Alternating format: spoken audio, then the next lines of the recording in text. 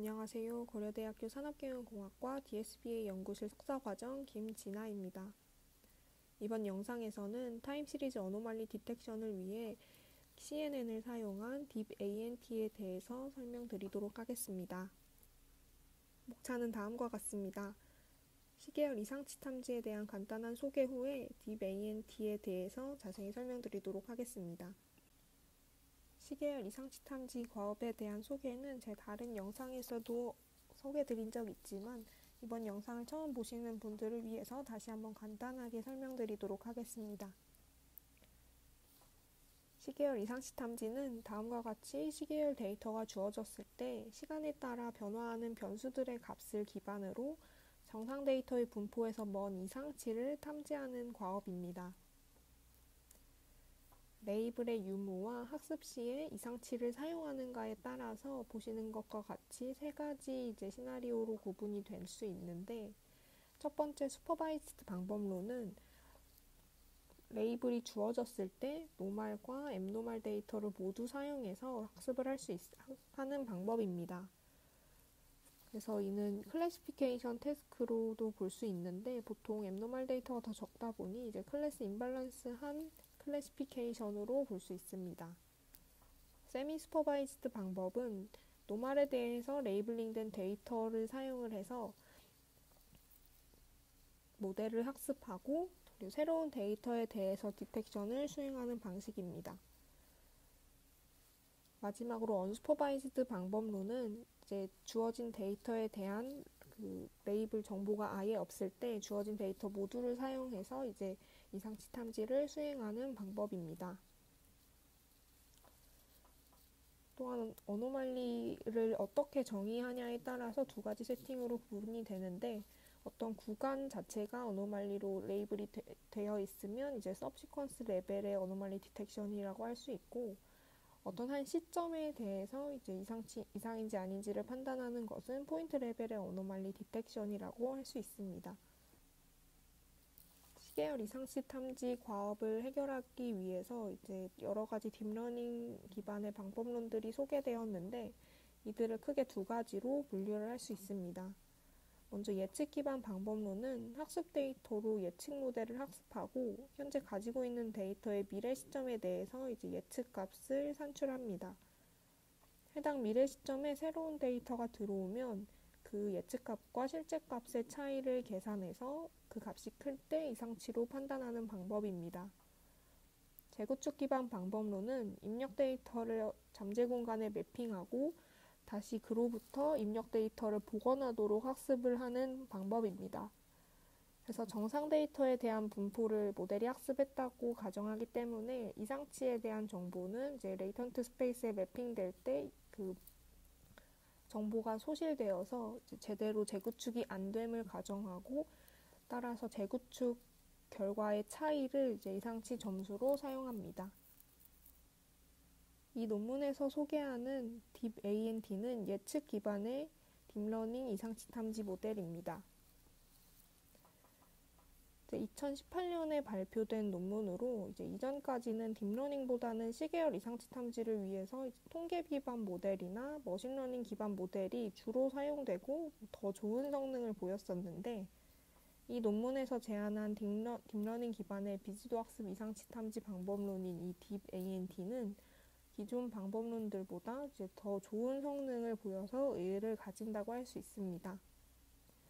앞서 말씀드렸듯이 DeepANT는 예측 기반 모델이기 때문에 두 가지 모듈로 나뉠 수 있는데, 첫 번째는 타임 시리즈를 프레딕션하는 프레딕터이고, 그리고 어노말리 디텍터는 특정 시점에 대해서 예측 값과 실제 값에 대해서 비교하고 그 값이 이상치인지 아닌지를 분류하는 모듈입니다.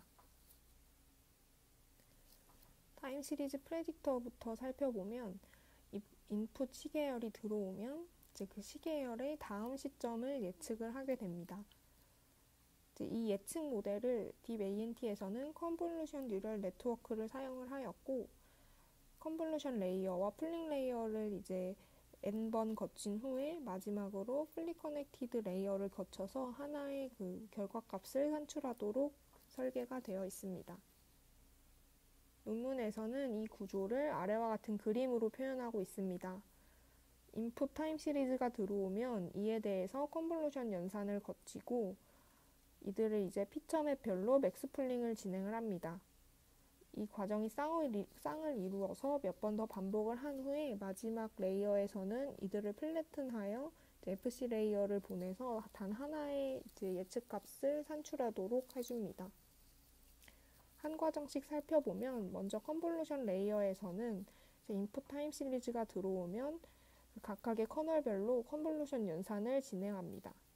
그래서 이제 커널의 개수만큼 그 피처맵이 나오게 되고 피처맵이 나온 다음에는 이제 액티베이션 펑션 렐로를 사용해서 그 피처맵의 값들을 다 양수로 만들어줍니다.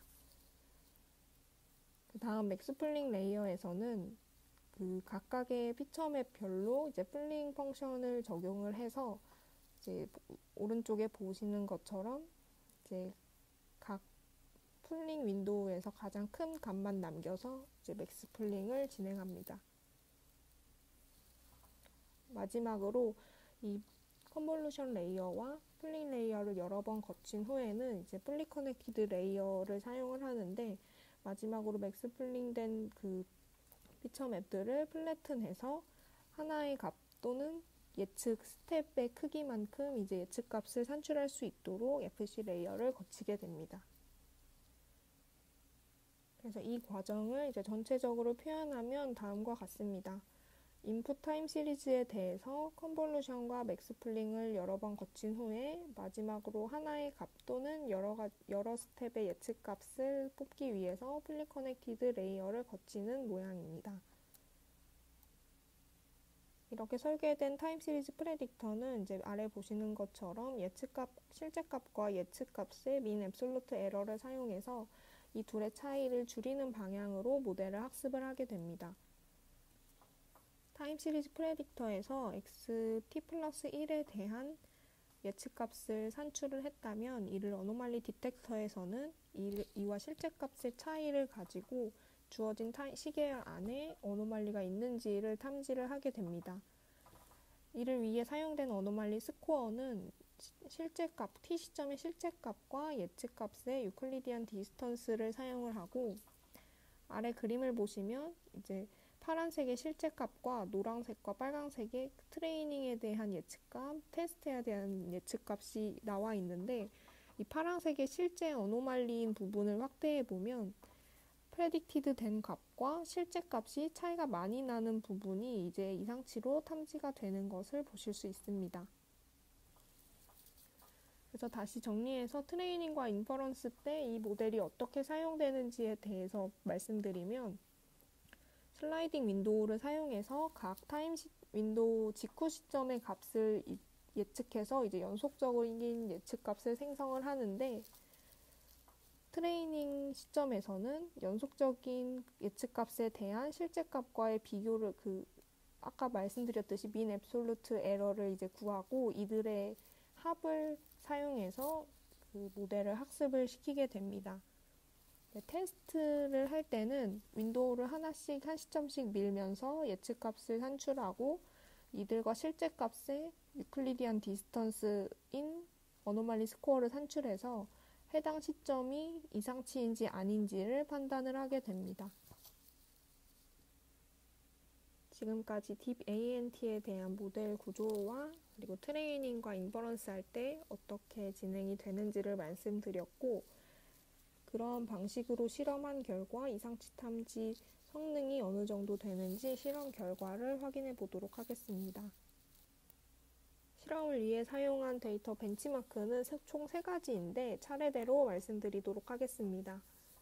첫 번째로는 야후 S5 벤치마크를 사용하는데 이 데이터 같은 경우에는 367개의 타임 시리즈가 4개의 클래스로 구분이 되어 있고 A1 클래스 같은 경우는 이제 야후에서 발생한 실제 데이터를 담고 있습니다.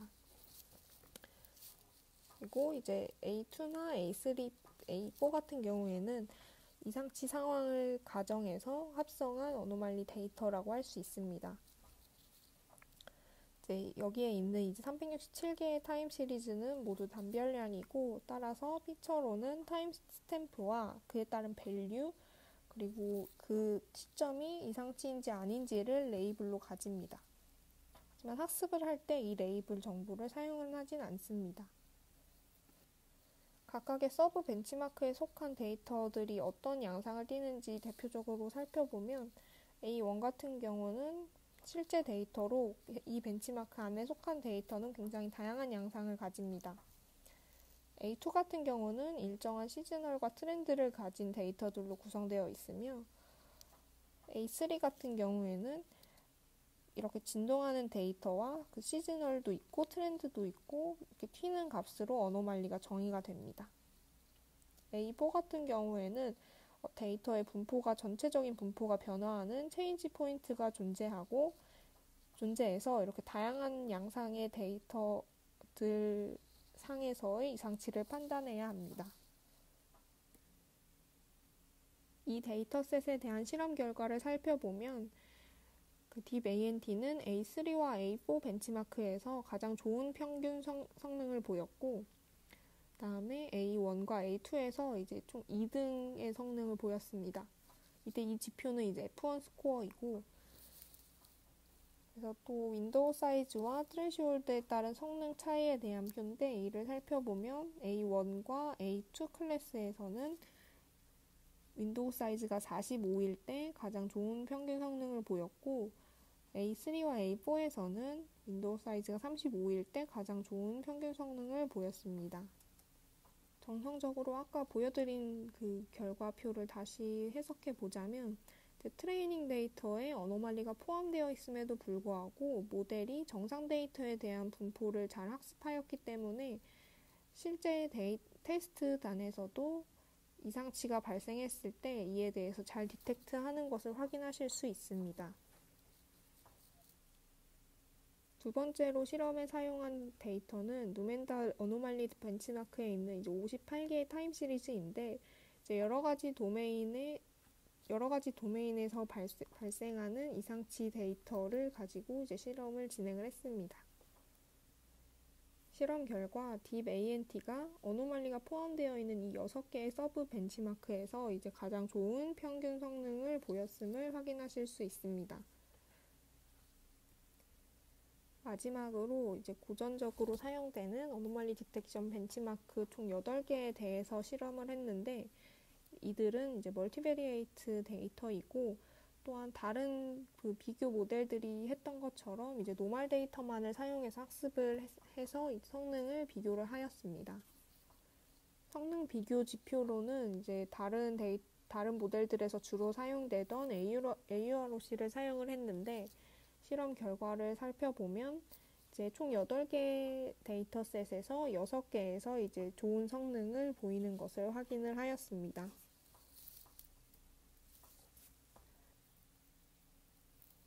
마지막으로 논문의 내용을 요약하고 마무리하도록 하겠습니다.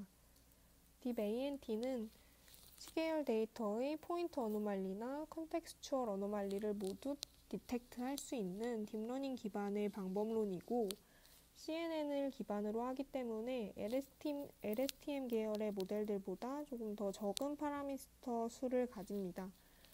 그리고 좋은 일반화 성능을 파라미터 쉐어링을 하기 때문에 좋은 일반화 성능을 보이고, 그리고 실험에서 보여드렸듯이 여러 데이터셋에서 사용을 할 수 있는 것처럼 이제 여러 케이스의 데이터에 이제 유연하게 사용을 할 수가 있습니다.